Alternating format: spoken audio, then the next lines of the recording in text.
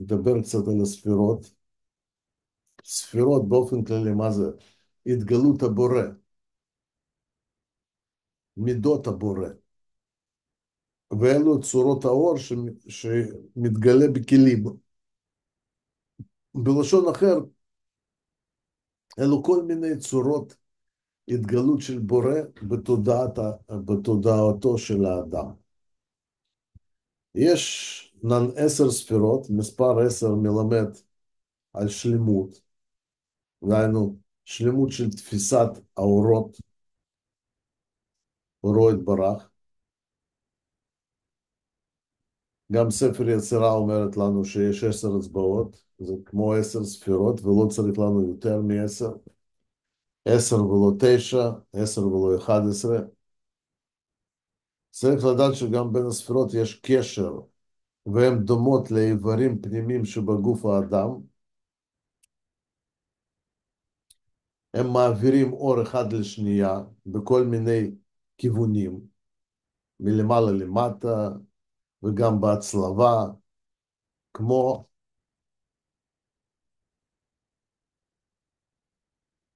תחנות שבהם נעה אנרגיה, או ורידים שבהם זורמת דם. שמם של הספירות הם כתר, חוכמה, בינה, חסד, גבורה, תפארת, נצח, הוד, יסוד, מלכות.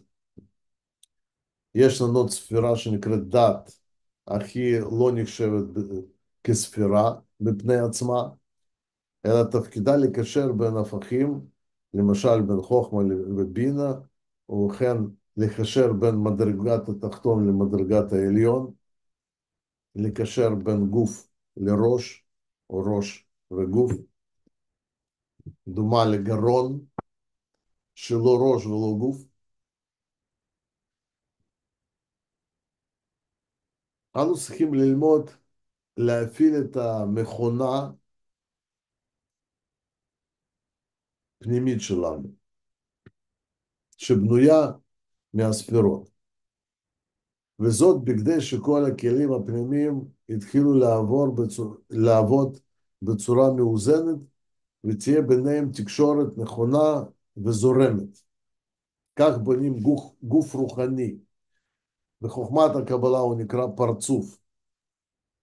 גוף הרוחני צריך להפעיל בעולם הרוחני. כשם שהגוף פיזי שלנו פועל בעולם הזה, ככה אנחנו צריכים ללמוד להתנהג בעולם הרוחני, אבל בלי גוף פיזי, כפרצוף רוחני. לאכול, לעכל את האוכל, לעבור ממקום למקום, לקפוץ, לנשום, לשמוח. רק שכל הדברים האלה צריכים להתקיים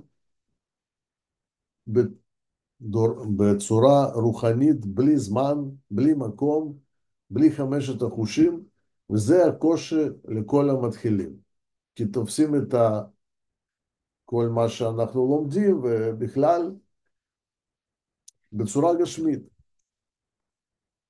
איך ניתן להפעיל את כל הרכב הזה? הרכב שבאנו מההרכב הזה שנקרא ספירות בתוך בן אדם. נתחיל מטכניקות פשוטות. נסו בהסתכלות הפנימית להגדיר ספירות בתוך עצמכם, מלמעלה למטה, ולעבוד עם מחשבתכם והרגשתכם. מקובלים מתארים את חוויותיהם מהעולם הרוחני דרך שפת המשלים, ומתארים לנו בכל מיני משלים וצורות מה מרגישים ברוחניות. למשל, מלך שלמה הוא כתב ספר שיר השירים, והספר הזה נקרא לקודש קודשים של התורה, ונחשבת לספר של קבלה. אבל כל המשל שמצויר שם, זה יחסים בין גבר ואישה, שזה המשל לקשר בין נשמה לבורא, שבורא שם זה הגבר, והנשמה זה האישה, ויש אהבה ביניהם. והוא מדבר שם ממש בלשון של אהבה וחיבוקים ונשיקות וזיווגים וכל מיני דברים שהוא מרמז עליהם, איך הנשמה צריכה להתחבר לבורא. אז אנחנו גם כן ננסה עכשיו, נשתמש בטכניקה זו בכדי לתאר העבודה דרך הספירות. ובואו נתחיל ביחד. אני אתאר לכם כתר, חוכמה, בינה, חסד, גבורה, תפארת, נצח, הוד, יסוד וכן הלאה. ואתם תנסו להרגיש ולמצוא את זה בתוככם. אז נתחיל בכתר. כתר. זה מקום בתוכנו, שהוא העבר שמקשר בין מדרגה תחתונה לעליונה. פה אתם יכולים להרגיש בנקודה הזאת, שאתם נוגעים במשהו נסתר, בלתי נקלט. וזה מגרה ונותן לנו השתוקקות גדולה מאוד להתחבר אליו, לאותו הנסתר הזה. וחיבור עם המקום הזה דומה לנשיקה, או לשתיית יין שמביאה קצת שינוי תודעתי, מנתקת מהקרקע ומעלה לשמיים, למקומות גבוהים, מופשטים, עליונים.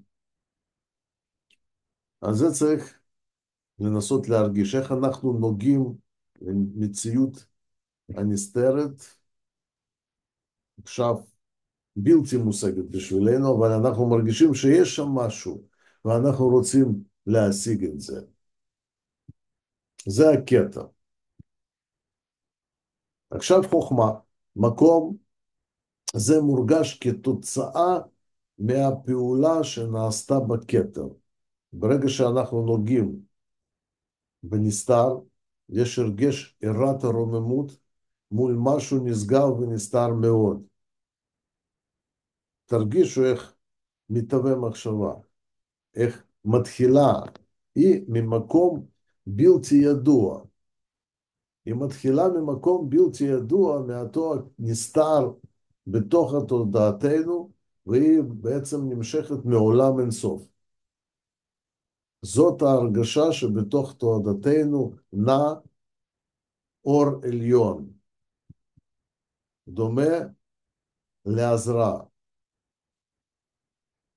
עיבור חדש, שמשהו בא עלינו לתודעה ומתעבר את התודעה של האדם, מתחדשת, וזה נובע מהכתר. ככה התודעה שלו מתחילה לאט לאט לקלוט אור רצה שתיוולד ממנה נשמה חדשה, ילד חדש, שהוא אוהב אותו ורוצה להשפיע לו מכל טובו וממלא אותו בכל עוצמתו. כמה יראה צריכה להתעורר בנו כשאנו מודעים שיש בנו פוטנציאל כזה. הנשמה שלנו בצורה פוטנציאלית כבר נמצאת פה. מתפתחת כמו בבטן של אמא בתוך תודעתנו. זוהי רק התחלה. חיבור ראשון עם העליון, שבו הוא מזריע בתוך תודעה את זרע הקודש. בשלב הבא הוא יתפתח כמו ברעיון אצל אישה, ואז יקבל כל מיני צורות, פרטים של איברים, ויהיה לו צורה, שזה בעצם עוזר לעשות דמיון. בינה. במקום זה, שם מתפתח ולד. וזה הזמן הרעיון של הטיפה מתהווה ומקבלת צורות. היא רוכשת איברים, גידים, פרקים, פוטנציאל כוחות שהתגלו אחרי לידה. בתוך הדמיון, המחשבה, שהיא חוכמה, מתחילה לקבל צורות ממופשט למשהו יותר ברור. דמיון כמו צייר מאומן, מצייר תמונה שמורכבת מריבוי פרטים וגוונים, ושם מתעורר רצון. בנקודה הזו, הרצון מתהווה ונולד לעולם הרגשות. והוא אומר, אני רוצה להיות דומה לעליון. בינה רצה לדמות לכתר שמשפיע ונותן. גם היא רוצה לאהוב, להיטיב. במקום הזה ספירת החוכמה שווה, שבה מרגישים יראת הרוממות, עוברת לאהבה, השוואת רצון להיות דומה, ואז דמיון מצייר, הוא צייר הגדול בנפשנו, הוא מצייר תמונה מושלמת, איך הוא רואה את הבורא. ואז מתחילה לידה, וככה נולד הרגש. בתחילה הוא קטן ולא מפותח, כמו תינוק, ואחר כך התחזק מתוך שזה יונק מאמו, מהדמיון, רוכש את כל המסכים שהם כוחות שעל אדם יוכל לפעול בצורה עוצמתית וגם בצורה עצמית. ואז אנחנו עוברים למשולש העליון, שהוא נקרא חסד, גבורה ותפארת. שלוש ספירות אלו אנו חווים במקום של ההרגש, במצב של הקטנות הרוחנית שלנו, כמו תינוק. והם משקפים מה שהרגשנו בשלושה הספירות העליונות, כתר, חוכמה, בינה, כמו שכתוב, שלושה שותפים יש באדם, בבריאת האדם, אביו ואמו והקדוש ברוך הוא. אבא מזריע לובן, מחשבה מופשטת, אמא מזריע אודם, השוואת הצורה שנותנת דמיון למדרגה עליונה, למחשבה המופשטת, והקדוש ברוך הוא נותן נשמה, מילוי הרצון שנוצר על ידי אורו. ובהמשך המחשבה ודמיון אלו יורדים להרגשה. יוצא שכל מה שאנו מרגישים במשולש עליון נובע ישירות מכתר חוכמה ובינה. אני רוצה להיות דומה לבורא. אני מתחיל להרגיש את זה בלב. כשאנו מצליחים בזה, אז חיינו מתמלאים בשמחה ואהבה. צריכים לפקח על הרגשת הלב ולהגדיר לעצמנו גוונים של הרגשות שעוברים בה. צריכים להגדיר מהו חסד וגבורה, ואיך להרגיש אותם, וכך שנהיה דומים לבורא. מתוך חוויה אישית, זו עבודה מאוד אינדיבידואלית, שכל אחד צריך לעבור בתוך עצמו בחוויה אישית. כי בכל אחד מאיתנו יש כלי שונה לקליטת האור. לכן אני מביא את הדוגמה שלי. איך אני מבקש מכם שתחקרו בעצמכם, ולא תסתפקו בניסיון אישי שלי, כיוון שאתם צריכים לפתח את דרך האישית לעבודה עם הבורא. כמו שאומרים חכמים, נשמת אדם תלמדנה. אז חסד, בואו נרגיש את החסד. מחשבה ודמיון עוברים להרגשה. אני מרגיש את עצמי כבעל אהבה וחמלה, שבאים הרגשות האלה מעצמותו יתברך.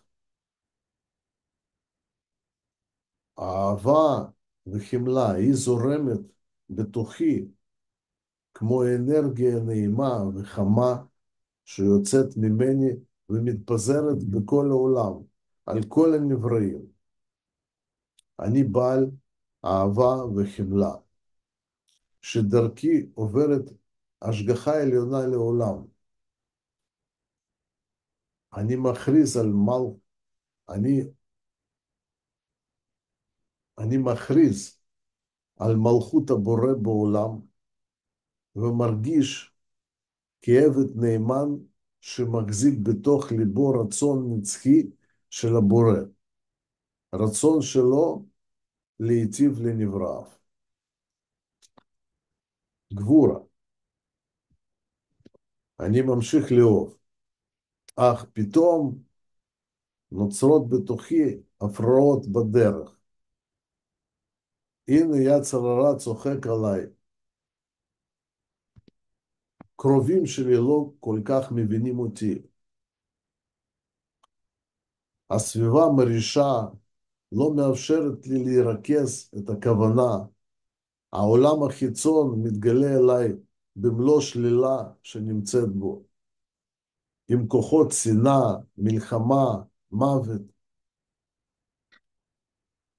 אני מתחבר לגבורה, ומודה לכך שכל מה שקורה זה טוב, שבא מהבורא. אין שום רע בעולם, הוא רק מחנך אותנו כאבא אוהב. קרובים שלי הם נשמות גבוהות מאוד שבורא ברא.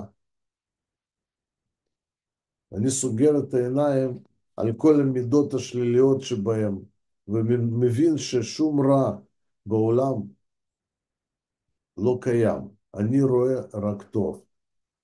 עושר ושלילה הכי גדולה שאני יכול לצייר לעצמי, הופכת לחיוב גדול ביותר, כי הבורא ברא אותו לצורך איזון ושלמות בעולם. קשר בין שני הרגשות אלו מביאים אותי לחיבור ביניהם, לספירת התפארת. תפארת, התפארות וגאווה שמילאים את ליבי. אני שותף של הבורא. אני מחשבתו, שקיבלה צורה סופית. סוף מעשה במחשבה תחילה. על ידי זה אני מגלה מלכותו בעולם ועושה לו נחת רוח. על זה כותב רבי נחמן מברסלב בספרו של ליקוטי מהר"ן, שאנו צריכים לשמוח בשמחתו של הבורא. כשעושים רצונו וגורמים לקיום מחשבת הבריאה, אנו עושים לו נחת רוח, וצריכים ללמוד לשמוח משמחתו, ולא מסתם מצב רוח טוב. כזאת עבודה דורשת ריכוז ומלידה רצון להרגיש מה שמרגיש בורא, השוואת הצורה, רצון להיות דומה לו. אנו מתמלאים בעוצמה וגאווה על כך שאנו שותפים במחשבת הבריאה. באותו הרגע, בכדי לא לאבד את האיזון הפנימי של קו אמצעי, ולא למשוך אור לכלים עם כוונה אנוכית ואגואיסטית, אנו צריכים לערער בתוכנו מידת יעקב אבינו, שהיא תפארת, ועל זה כתוב, תן אמת ליעקב. תפארת זה המסך הפנימי, אשר דוחה כל דבר אנוכי שמתעורר בנו, לקחת הנאה הזו ולהרגיש חשיבות עצמית נפרדת ממחשבת הבריאה. זה מצפון פנימי שמפריד ומעביר תודעתנו למקום אחר של עבודה שנקראת ענווה, נצח. מידת משה רבינו, שמייצגת מידת הענווה שבאדם. משה היה האדם הכי ענב, ובזכות זה ראה פניו של הבורא. זכה לדבר עם הבורא פנים בפנים. עצירת התגובה מעבירה אותנו למקום איחוד עם כוח גלובלי של הבורא, בו האני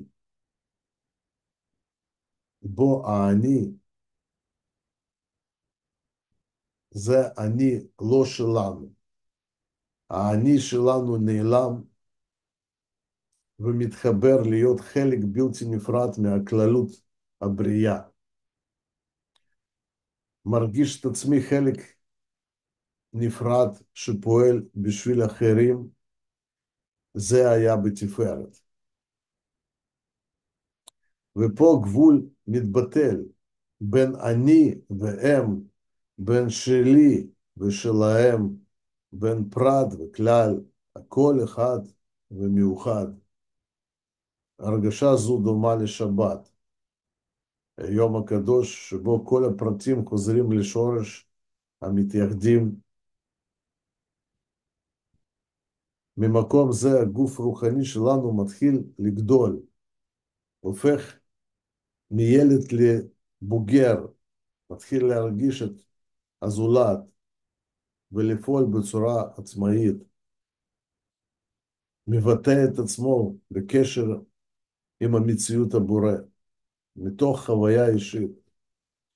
במקום התפארת ראיתי שההרגשה שלי מתפתחת למקום שרציתי להיטיב ולהשפיע, אהבה לכל האנשים שעוברים בדרכי, ובאותו הזמן הלכתי ברחוב ועשיתי את התרגיל הזה. ההרגשה הזו בידינו היא עברה לתפילה. מצאתי את עצמי מתפלל על כל אחד שפגשתי בדרך. שפתיי היו אומרים ברכות, וכל הנבראים, כל האנשים שפגשתי בדרך חייכו, ולא ממש,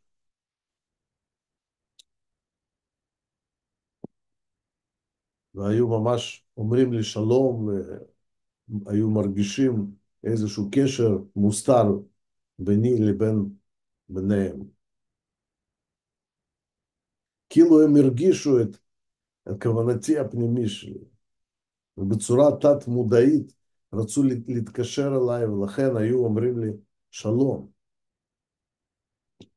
פה במדרגת הנצח צריכים למחוק גבול בין אני והם, ולהרגיש אחדות כל הפרטים באחד. וזה נקרא להיות ענב.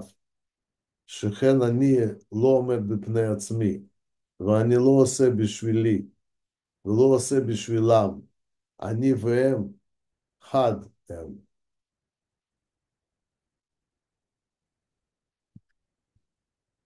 אז פה יש כזה ביטול, השוואה גמורה של כל הפרטים שמתחברים באחד, הם בתוכי ואני בתוכם, וזה יוצר תמונה מושלמת.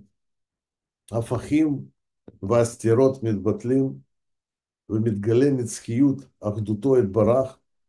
אנו כאילו מסתכלים על העולם דרך עיניו של הבורא. מצידנו אין ריבוי הבחנות, זמנים ומקומות. הוא מביט על העולם כנשמה אחת. אנחנו בשבילו זה הנשמה אחת. העולם מצידו מושלם ובאחדות מופלאה, וכך מתגלה הסוד שאמרו חז"ל, איפה שתמצא את גדלותו, שם תמצא את ענוונותו. צורת תפיסת המציאות ככלל אחד, גדלותו וענוונותו, באחדות, ביכולת לראות תמונה מושלמת שבדרך כלל הגאווה מסתירה אותה. העלייה לנקודה הגבוהה הזו מאפשרת להרגיש אור גדול ולהמשיך אותו למידה הבאה, לספירה עוד. מדרגת הוד מייצגת את בחינת בית המקדש, איפה שבאופן קבוע עושים משמרות בעבודה, מקריבים קורבנות, מהללים, משבחים את הבורא ומעלים תפילות. זו מרכז הלב של האדם, תפילה אמיתית. זו הרגשת אהבה עצומה שממלאה את כל ישותו של האדם עד מוח עצמותיו.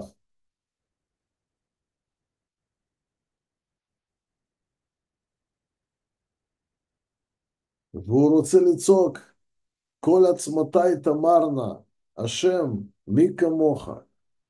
זו הרגשה שמתרחשת אחרי הרגשת האחדות של כל הפרטים בכלל אחד במחשבתו של הבורא. כתוצאה מכל ההבחנות שהשגנו קודם, לגתנו למדרגת הוד, אנו מתמלאים עד כדי כמו מים שגולשים מהכוס.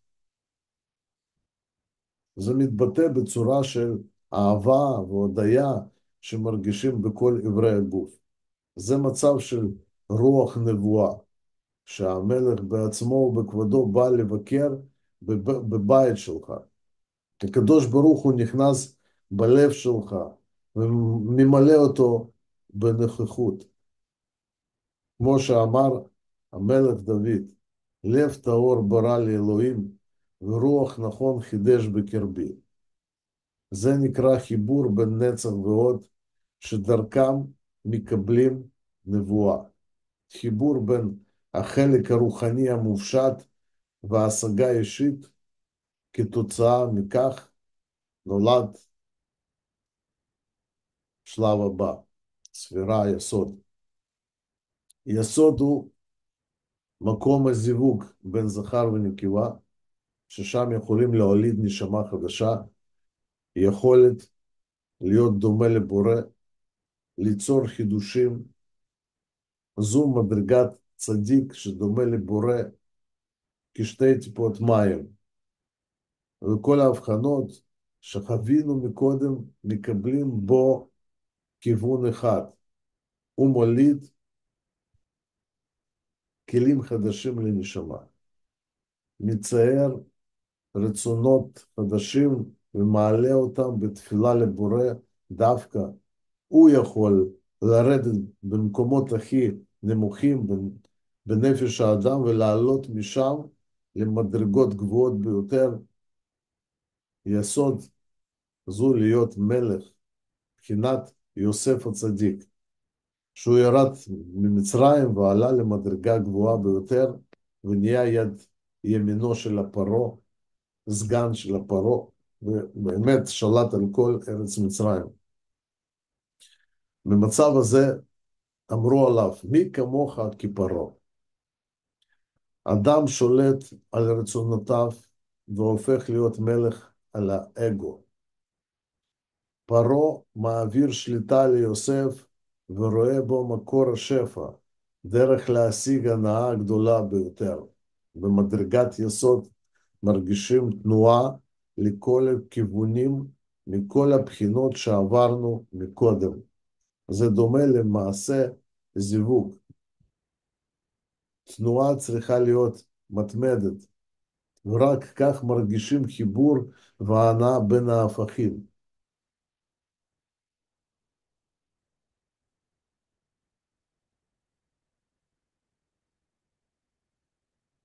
שבע הבחנות שבחושים שלנו דומים גם לשבע נקבים שיש לנו בראש, עיניים, שתי אוזניים, שתי נחיריים ופה. והיסוד הוא מדרגת העבודה של צדיק, היא מחברת את כולם לכלל אחד. ואחרי זה, כשיש לאדם כל החיבור הזה, אז אפשר להגיע למלכות. הרגשה זו מייצגת את העיר ירושלים. מילה זו מורכבת משתי מילים, ירו שלם. מקובלים אומרים שזה צורת התפיסה המושלמת של אור הבורא. ירו שלם היא הלב המתוקן של העולם, של כל אחד ואחד מאיתנו. כלי זה נמצא בחיסרון והשתוקקות, אחרי אורו של הבורא יתברך. וכל היראה צריכה להיות שהחיסרון הזה לא ייפסק לעולם. דהיינו, אסור להתמלא עד הסוף ולסתום את הכלי. הוא תמיד צריך להיות בהשתוקקות לבורא. הוא נקרא כלי אינסופי לקבלת התענוג. ליצור כלי כזה אפשר על ידי יצירת תנועות פנימיות, כפי שאמרנו לפני, בחיבור עם הכוונה שאנחנו יכולים לשמוח בשמחתו של הבורא. ושמתגלה ומתקיים רצון של בורא מלך העולם, וכלי שמתקשר לרצונו נקרא מלכות. הבורא שאנו נקבל ממנו תענוג אינסופי, הוא נקרא מלך באותו רצון, באותו מלכות. לכן כלי צריך לשמור על המקום הריק שבתוכו, שנוכל לקבל בצורה אינסופית.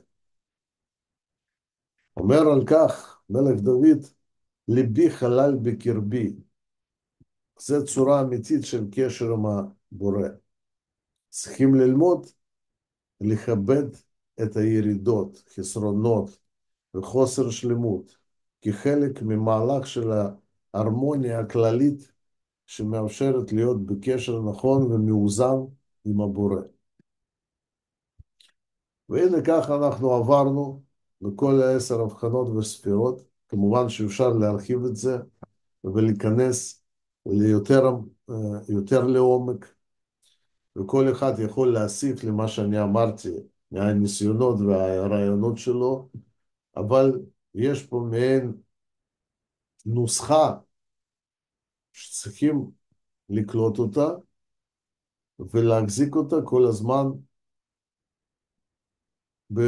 בפנימיות,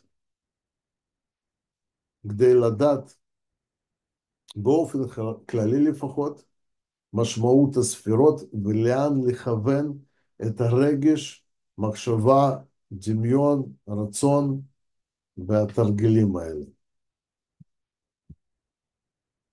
לא מצאת את הקדר, את לא... זה תמיד לא משהו, מתכוונת היה משהו שמעליי. מה? מעליי, אין שם מקום. אז זה כן, זה לא אצלי. לא אצלך.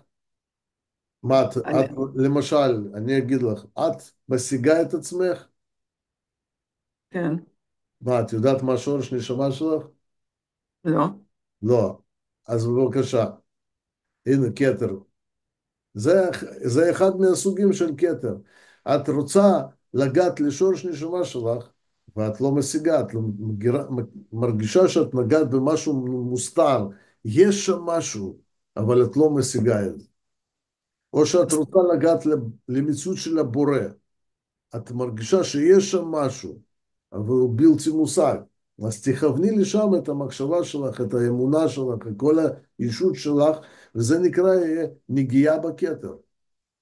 כן, אז בדיוק, זה מה שהבנתי, למה שקודם סיפרת, כי אמרת למצוא את זה בגוף שלנו, אז אני אומרת, לא זה משהו בגוף שנמצא פיזי, לא מחוץ. בגוף פיזי, בגוף רוחני. עכשיו רציתי להראות לכם מה זה גוף רוחני. גוף רוחני זה פרצוף, ככה הסברתי, ורציתי אוקיי, שתרגישו את זה בלי זמן ומקום, רק תחפשו את זה בנפש. בסדר, עכשיו מסתדר. תודה. זה טוב שאנחנו חוקרים את זה, בודקים, כי לפי זה אתם יכולים לראות מה לא מפותח אצלכם. יש אנשים שיש להם יכולת להרגיש את המופשט, אבל קשה להם לדמיין למשל. או להפך, הם יכולים טוב לדמיין, אבל קשה להם להרגיש את המופשט. ויש כאלה שלא יכולים להרשות לעצמם להתרגש. הם צריכים לשלוט ולא יכולים להתרגש, לשחרר קצת את ההרגשות. יש כאלה שלא מספיק רוצים, חיסרון אין, חיסרון. וכל דבר הזה שאתם מרגישים שלא מצליחים בהם, זה מצביע על נקודת עבודה. שצם צריכים יותר לתת דגש ולפתח את הכלים הפנימיים שלכם, שבעצם באופן כללי זה מחשבה, דמיון, הרגש ורצון. למה משווים את מלכות לירושלים? עירו שלם, שלמות של עירה, שעל ידי זה שיש כלי כזה שהוא יכול בצורה אינסופית להיות בעירה, זאת אומרת, ממה עירה? מזה שלא ייגמר חיסרון. אז אפשר לקבל אינסוף, אבל אם חיסרון נגמר, אז נגמר התענוג, כמו שאנחנו כבר יודעים. יש גם הרבה סודות במילה הזאת, זה לא, זה אחד מהפירושים. עירו שלם זה אפשר להגיד גם ריהו שלם. ריהו זה גימטריה 216, שזה בדיוק 216 מלאכים שיוצאים משם אב, משם אב. זה כל העוצמה, הכוח הכללי, כל הכוחות שמתאחדים בשביל לגלות אור הגדול, אור חוכמה, אור של מחשבת הבריאה, דרך קו אמצעי. כל הדברים שאנחנו לומדים, זה מאוד קצר מה שהראיתי לכם. יסוד, זה אפשר ללמוד הרבה מאוד זמן. ביסוד יש גם, זה העבר המין בעצם, יסוד. בו יש שתי צינורות, צינור שמוציא את הזרע, וצינור שמוציא את הקטנים. אז יש שם בירור, צדיק עושה בירור בין טומאה לקדושה. מה שלא נקי הוא זורק מהגוף, ומה שהנקי הוא משאיר, ותמצית הזה מזריע בשביל להעלית משהו חדש. לכן יש שם הרבה מאוד סודות, ובגוף של האדם בכלל יש הרבה מאוד סודות. כל התורה נרשמת בתוך הגוף של האדם. מדיטציות האלו הן לא בדיוק כמו מדיטציות של תורות המזרח, כמו שאנשים רגילים, ששם נכנסים להרגשה וזהו. זה מדיטציה שמלמדת אותנו להרגיש מה שאנחנו מבינים. כי השכל ורגש שלנו מנותק. אנחנו יכולים ללמוד דברים על אהבה, על כל מיני דברים, אבל לא להרגיש אותם בכלל. והמדיטציות האלה מלמדים להרגיש מה שאנחנו מבינים, שזה מאוד חשוב. אם בן אדם לא מגיע להרגשה, אז כל זה נשאר בצורה פילוסופית, לא פרקטית, ובכלל לא קשור למה שהוא לומד. ואז הוא יכול ללמוד כל החיים שלו צריך להיות בעל השפעה, ולאהוב את הזולת, ולחיות בשביל מישהו אחר, ובכלל לא קשור לזה, לא בצורה רגשית ולא בצורה מעשית, רק הוא למד, מישהו כתב בזה בספר, הוא קרא את זה, וזהו, זה מספיק לו שהוא הבין את זה בשכל. וככה גם מלמדים אנשים יש רצון לקבל, אתה רצון לקבל, זה כאילו רע, אבל הוא רק הבין את זה בשכל, הוא קרא את זה בספר, מישהו סיפר, הוא לא הרגיש את זה, הוא לא הגיע לניסיון הרגישי אמיתי, שהוא ממש התרגש מזה והוא הבין את זה. עד שזה לא מגיע ללב של האדם, כל השכל הזה הוא לא עשה כלום בעצם. לכן הדרך שלי ללמד קבלה יותר, ואפילו גם תורה, כל מה שקשור לתורה, זה להרגיש כל מה שאנחנו קודם צריך לעשות את התרגילים האלה, ללמוד ולעשות, ללמוד ולעשות, וגם בתורה אנחנו לומדים כל מיני שם היסטוריה וסיפורים, וגם אותם אנחנו צריכים לקחת כמשהו פנימי, ולהרגיש באופן פרטי מה זה להיות במדרגת משה, מדרגת יוסף, מדרגת אפילו כל מיני דברים שליליים, פרעה. כל הדברים האלה יש בתוכנו. זה לא משהו שנכתב שם בשביל שאנחנו נכיר איזו היסטוריה שקרתה פעם. לא המטרה של התורה זה הייתה לכתוב לנו ספר היסטוריה. זה לא מטרה, המטרה היא להביא בן אדם להיום, להגיע לגמר תיקון ולהשתמש בכל הידע הזה, כי כל מה שהם כתבו שם קיים עכשיו בכל אחד מאיתנו. הרב, תגיד, בגלל שהאנושות לא מכירה את הרגש הזה ואת החיבור לשורש הזה האמיתי, שמשם בעצם הכל מגיע, כמו שאמרת, החיבור בין השכל למה שאנחנו באמת מרגישים, להרגיש את זה, בגלל זה כל העולם סובל ואנחנו ככה מסתובבים ושונאים וכל הזמן מחפשים את כן, ההרגשה הזאת שלא, אנחנו כל הזמן כאילו סובלים בגלל שאנחנו לא יודעים, לא מצליחים, מרגישים כאילו איפשהו שיש את זה, את הרגש הזה, זה ולא נכון. מוצאים אותו. האנשים האלה שאת מתארת אותם עכשיו, אני גם פעם הייתי בכל אה, בכל התנועות האלו, גם אנשים שמתעסקים במדיטציה של תורות המזרח, וגם אנשים שמתעסקים בכל מיני סמים שהם פסיכודלים, כמו שאומרים, כן?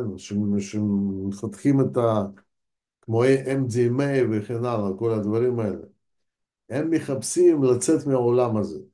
העולם הזה בעיה בשבילם, כי זה האיסורים, פה קשה. אז הם מחפשים כאב, המטרה שלהם בעצם זה הכאב. אז מה, הם דומים לאנשים גנבים, שהם נכנסים למקום שהמלך שם מחזיק איזה אוצר, והם מנסים בלי לדעת חוקים, בלי לעבור את החוקים, הם לא יודעים את החוקים, מה שאנחנו לומדים פה, להיכנס לשם ולפתוח את הקצפת ולגנוב מהאור הזה. אבל הם לא יודעים ששם גם יש משטרה. יש שם בעולם, בדיוק כמו שפה בעולם הזה, יש משטרה, שם גם יש משטרה. זה נקרא מלאכים. והם שם עומדים בפתחים כשנכנסים לכל מיני מדרגות והיכלות, והאנשים האלה הם נראים כמו ילדים קטנים, כי הם לא מבינים לאן הם נכנסים ומה קורה שם, הם רק רוצים תענוג, והם כאילו קיבלו איזה מפתח שאפשר להיכנס על ידו לזמן מסוים ולקחת את זה, אבל אחר כך צריך לשלם את זה, יש תשלום, ואז בגלל זה כל הנרקומנים האלה, הם משלמים על זה. וגם אלה שמתעסקים בתורות המזרח, הם גם משלמים, וגם שמתעסקים בכישוף ישלמו על זה. כולם משלמים על זה בצורה מסוימת, בצורה פסיכולוגית, בצורה נפשית, ויש כאלה שקדוש ברוך הוא נותן להם איסורים, גם בעולם הזה עוד יותר גרועים, שזה איסורים דרך פרנסה, דרך כל מיני בעיות בריאותיות, בזוגיות, וחס ושלום גם בילדים. ככה מתאר רבי חיים ויטל. הוא אומר את זה על קבלה מעשית, שזה גם מאוד דומה לזה. המשמעות דומה מאוד, שבן אדם שמשתמש בקבלה מעשית, הוא יקבל עונש שהילדים שלו לא יכולים למות בגלל זה. השורש של כל הבעיות זה דבר אחד, שבן אדם רוצה לקבל תענוג.